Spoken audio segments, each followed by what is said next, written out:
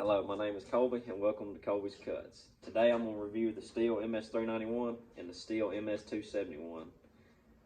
First off, I just want to say, yes, they are homeowner saws, and I've really not had that bad of experiences with them.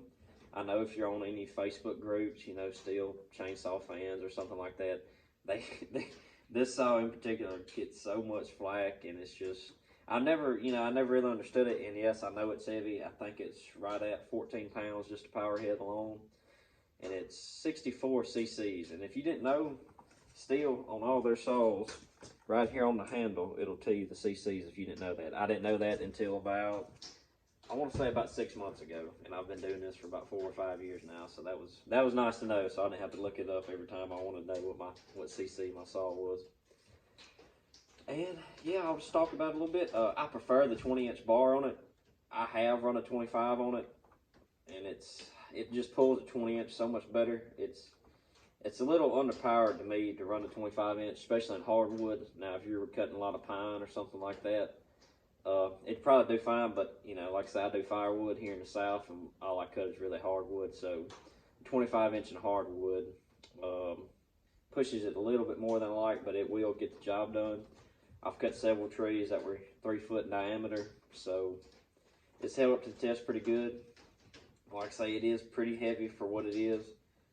Like I say, its power head alone is just at 14 pounds. I'm not sure what it weighs if you throw the 25-inch on it. But with the 20-inch bar, man, it really rips. I really have enjoyed the saw. Yeah, a lot of, like I say, online, if you read online, a lot of people do not like it at all. And when I bought the saw, I wasn't really online a lot as far as looking at saw groups and stuff like that. So I never really heard of all that. And in hindsight, I would have went with the 462 or 461 just because I didn't know how big my firewood business was going to get. And it's, as a lot of people know, it's every second or every minute that you can save is very crucial. Like I say, it will get the job done, but I know the 462 or the 461 will get it done so much faster. And I believe it will hold up better over time. Like I say, I bought this saw last May, so it's a little over a year now, and I hadn't had any problems out of it. I have had to tune the carburetor a little bit for a while there. For some reason, it was idling a little too high, so the chain would run while it was idling, and you know, that's not very safe. I wouldn't recommend doing that. You know, if you don't know how to tune the carburetor, there's great videos out there. Several great videos on how to tune a carburetor, and it's not as hard as you would think.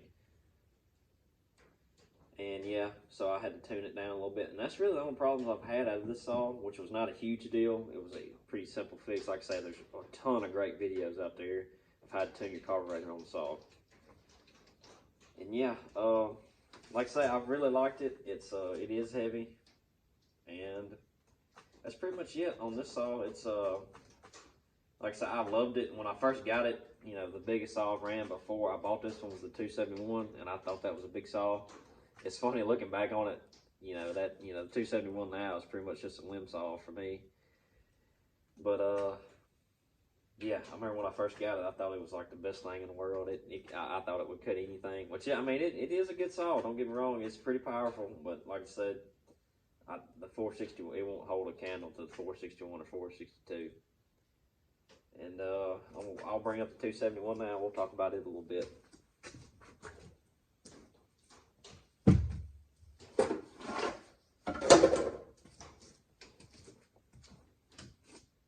Now this saw right here, it was my main firewood. It was my main piece of equipment for the first 3 or 4 years of my firewood business. This was the only saw that I ran.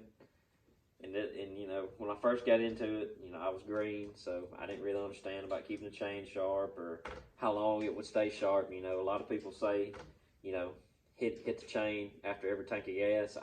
I would probably cut 2 trees before I'd ever touch the chain. So this saw's been through it. Like I said, it is another homeowner saw, so a lot of people don't really like them. I'm not sure why. I guess I'm lucky. I've never had a bad experience with one. But in the future, I will be getting into some pro saws, I hope. But yeah, like I say, I cut the first 3 or 4 years of my firewood business. This was the only saw that I ran, and I ran it with a dull chain. You know, I'll admit I didn't know a lot about it. And back then I ran a 20-inch bar on it, which is a little bit too much in hardwood for me. With the 18 on it seems just right. I don't think I've ever had a 16 on it. I'm sure it would do fine with that too, but the 18 is just right. And yeah, I cut several 2-foot trees with this. I've cut, and like I said, I would go through 2 trees before I ever look at the chain. And that's, looking back, I'm like, wow, how did I not burn this saw up, or how did I not keep from hurting anything? And I've had no problems out of this saw. The only problem that I've had is that it started leaking oil pretty good. And I took it to the shop, and they said the only thing that was wrong was that the oil hose just kind of backed off to the whatever it fits onto, so it was leaking oil a little bit. So I got that fixed. But I do a lot of routine maintenance. About every other tree that I cut, I'll break them down, clean them real good, clean the air filter, take the bar cover off, clean it off. And I'm sure a lot of people know, always clean your oil holes out on your bar. That's the biggest thing. That's something I didn't know. Like I said, my first 2 years of business, I never did that. And if you don't know what that is, it's these holes right here in your bar. They've got one on each side. It's these little holes right here. And what happens is they get stopped up, and then your saw is not going to oil. It'll lead to the saw getting hot, the bar getting hot, and it just it's not good for your bar and chain. Obviously, all that heat, metal on metal, creates a lot of heat, and you just want to make sure that's clean. And there's a lot of good videos showing people how to know that your chain is oiling. My favorite is probably just running it on a piece of blank wood or something like that, and you'll actually see the oil sling onto the wood. That was pretty cool. When I found that trick out, I thought that was cool. So I always kind of check that before I do a lot of cutting. And yeah, like I say, I've loved this saw. This saw was my main piece of equipment for the first 2 or 3 years of my business, and I've cut a ton of wood with this saw. It's passed the test. It's never given me any problems. I've never had to work on it except when that oil hose gave me some trouble. It's been a great saw. Now, the biggest piece of wood I'll cut with this might be 18, maybe 20.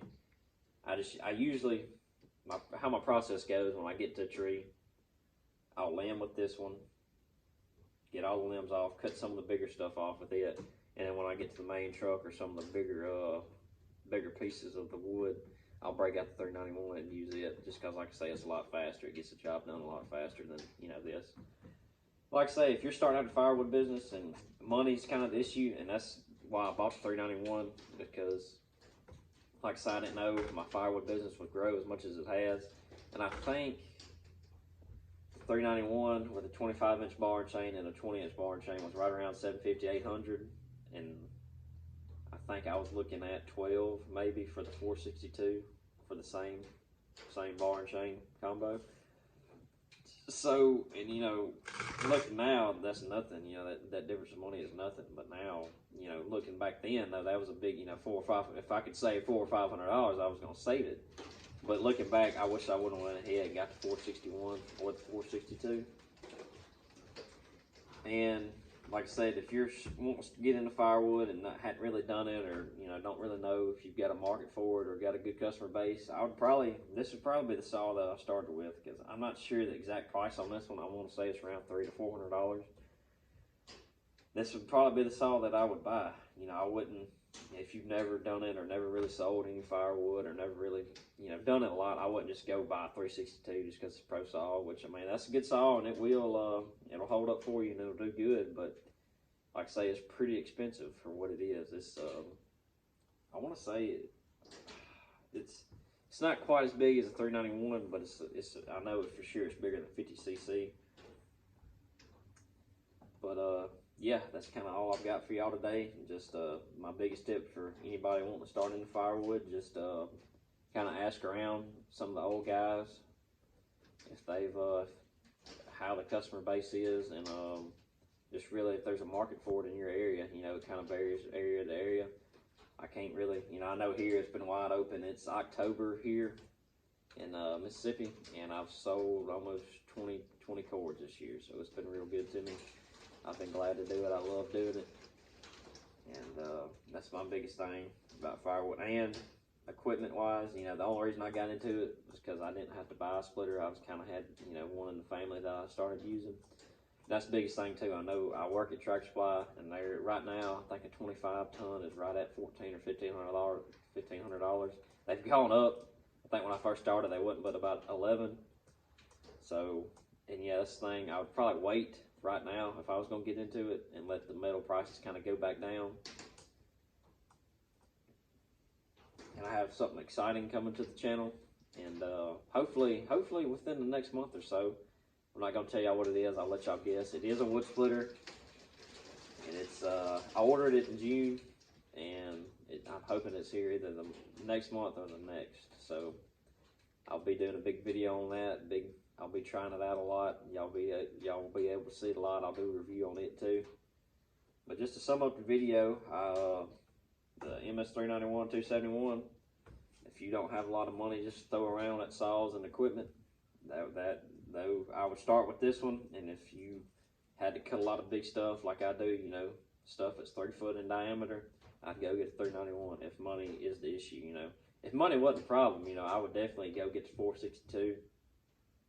And the only reason I'm bringing up the 461, also with the 462, I actually went to one of my dealers that I go to a lot, and they had one sitting on the shelf. I couldn't believe it, you know. And it was really hard. I come in there for 2 chains, and it was really hard not to leave with that saw. I'm glad I didn't bring a good bit of money with me, or I probably would have left with it. And if it's sitting there next week, there's a good chance I'll have it, and I'll have to cut with it and do a review on it. Y'all let me know in the comments if I should go get the saw. What are y'all debate on kind of what's better, the 461 or the 462? I know the only really difference I know of is the weight. I think they're a pound or 2 difference, and then the carburetor. The 461 has the original, you know, adjustable carburetor. The 462 has the new M-tronic, or I say newer. You know, I think M-tronic's been around a while now. Y'all just let me know what y'all's opinions are on the 461 and the 462. What would y'all buy? What would y'all recommend? And what is y'all's experiences with them? And y'all just like and subscribe. Subscribe. This is going to be the hardest part of this channel, is listening to me and all my bloopers. You know, this channel is going to be full of bloopers. I apologize in advance. So y'all just like and subscribe, and I would greatly appreciate it. Thank y'all. Y'all have a good day. Y'all go out there and cut some wood.